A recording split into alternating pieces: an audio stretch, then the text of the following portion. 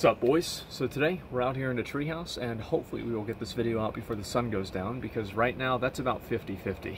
So I guess we'll get right into it. Today I want to talk to you all about creative integrity and what that means to me personally, what that means to, I believe, a lot of other content creators, and more importantly, why it's crucial for a platform to have creative integrity and to reward creative integrity, and the ways that I feel like platforms right now don't do so, and the community in a way doesn't do so as well.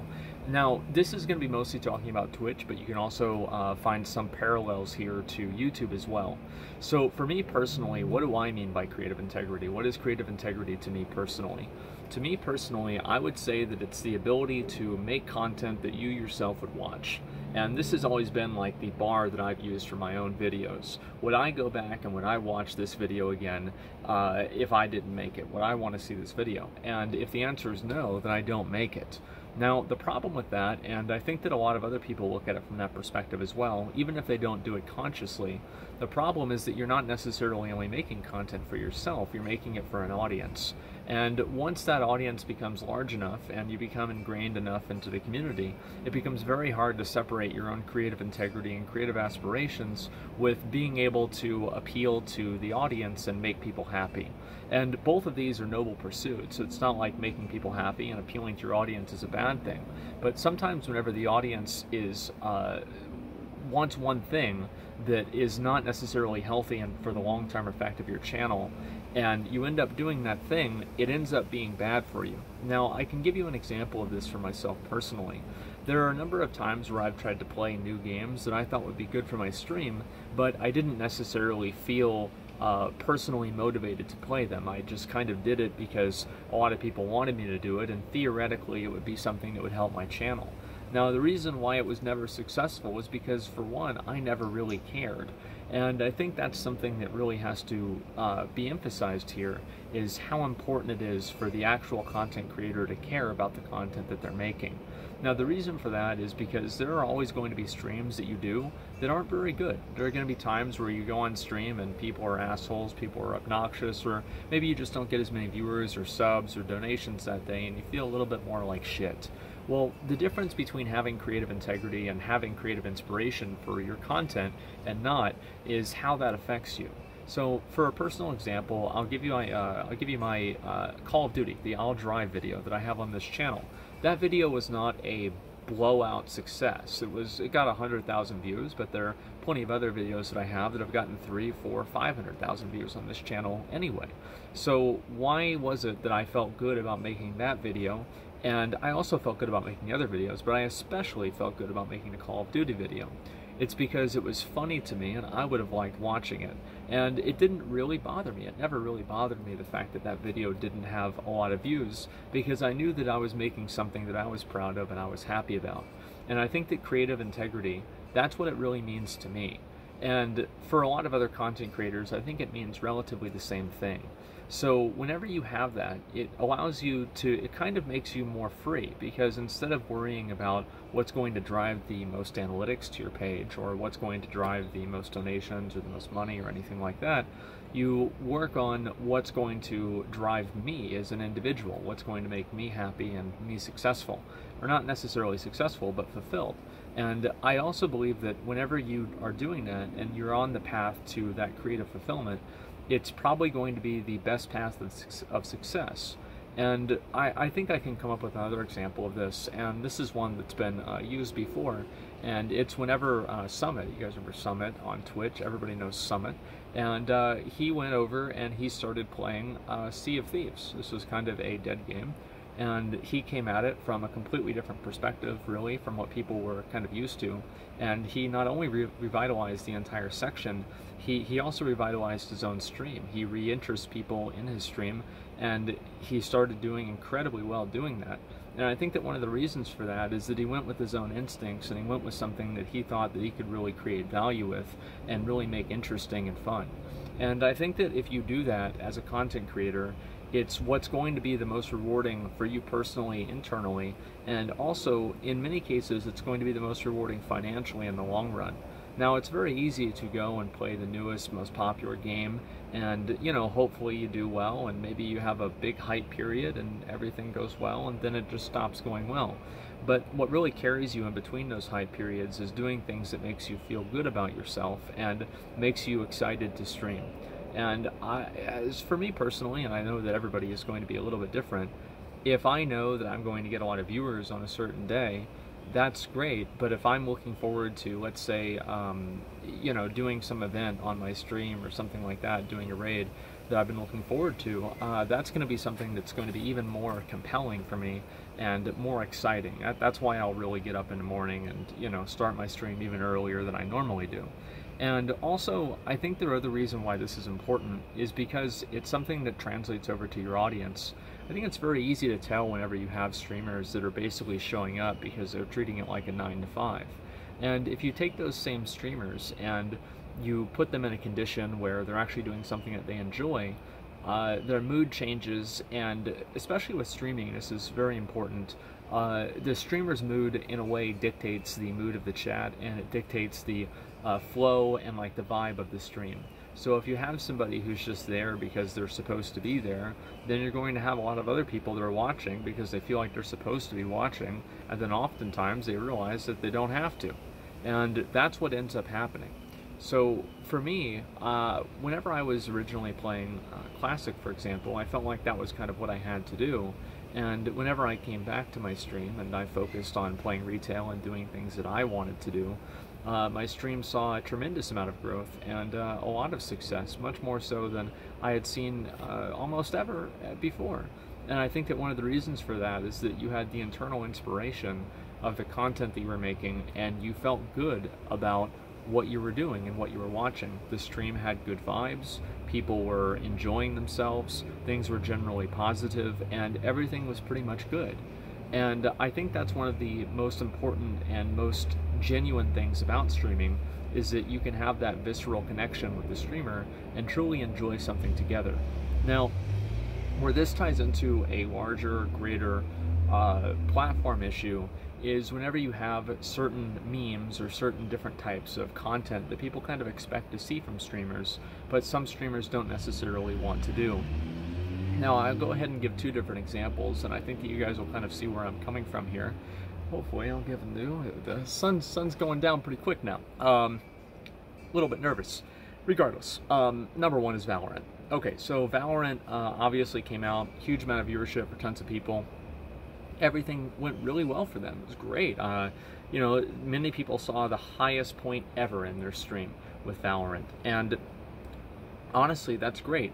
But you could see with a lot of people that they weren't necessarily enjoying the game. They were not necessarily happy, and those viewer count numbers did not really make them feel good about their stream as much. It created a lot of contentious behavior and just generally just less pleasant and less enjoyable streams.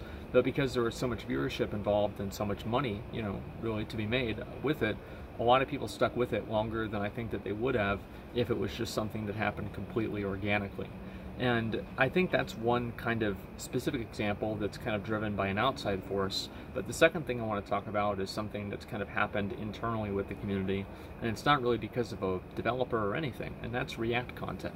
Now, a lot of people, I would say, it's kind of a weird situation, because with React content, like watching videos on stream, for example, React content is extremely popular. Whenever I turn on videos, so at least a lot of streamers, that is the most popular part of their stream. So it's like, okay, you're going on Twitch, which is, it's not really known, well, it's known for gaming, even though it's not for gaming anymore. And you go on Twitch and you just watch YouTube videos. It seems a little weird, right? And I do it all the time too. I haven't really done it quite as much recently. I probably actually even need to get more into the YouTube algorithm. But regardless, the community and people really like watching videos. But there's a point where a content creator needs to look at their content and ask themselves the question, am I giving people what they want, or am I giving them what they need? And I think the problem is that with React content, too many content creators give their audience what they want, and not enough of them do what Summit did with Sea of Thieves and give them what they need. And I think that's really what the difference is.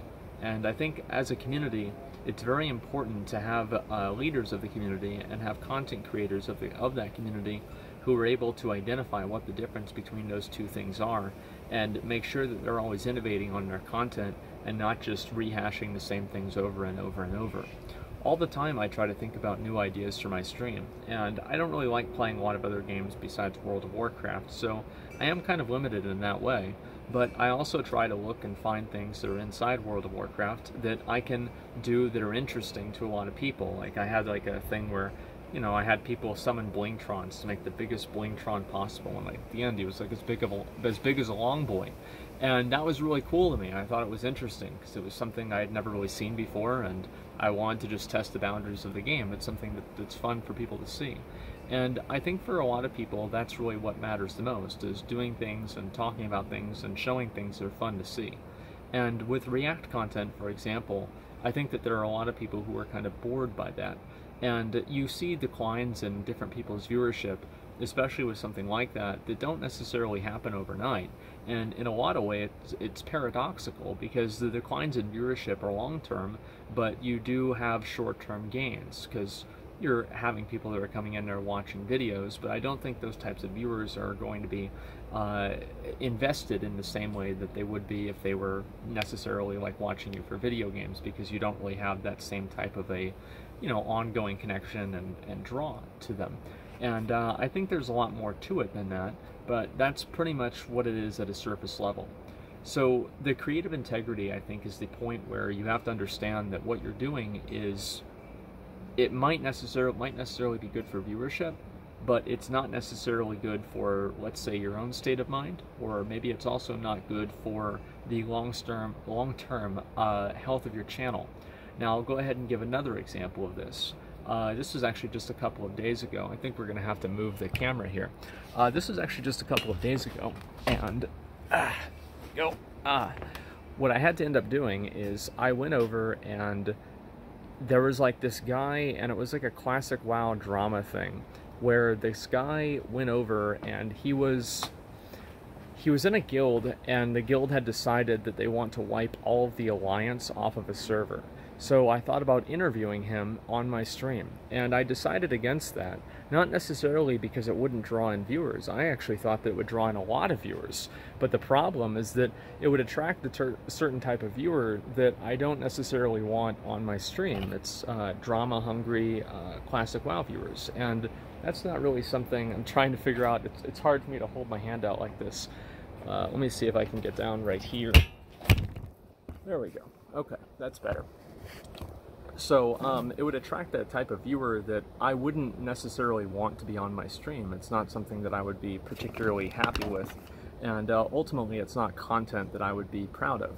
And I think that being able to make that distinction and know whenever you're making a short-term draw, you know, at the expense of a long-term audience, being able to understand that and differentiate that is really important. And I was glad that I made that decision, and you know, I might change my mind on it in the future, but at this point I think that doing things that make you enjoy what you're doing, streaming or making videos or anything like that, is more important than just kind of pleasing the most people.